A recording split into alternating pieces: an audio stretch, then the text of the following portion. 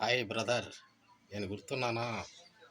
ఇంటూరు కట్టా scene మనం 1982లో మోదుకూరులో చదువుకున్నాం. ఇక ఆ తర్వాత మనం ఎటోలో అటు వెళ్ళిపోయాం. ఇంతవరకు మనం కలుసుకోలేదు. ఇప్పుడు 30 సంవత్సరాల క్రితం మనం పొన్నూరులో కలుసుకున్నాం. ఆ తర్వాతకి మనం కలుసుకోలేదు. అంతా బాగున్నారు కదా?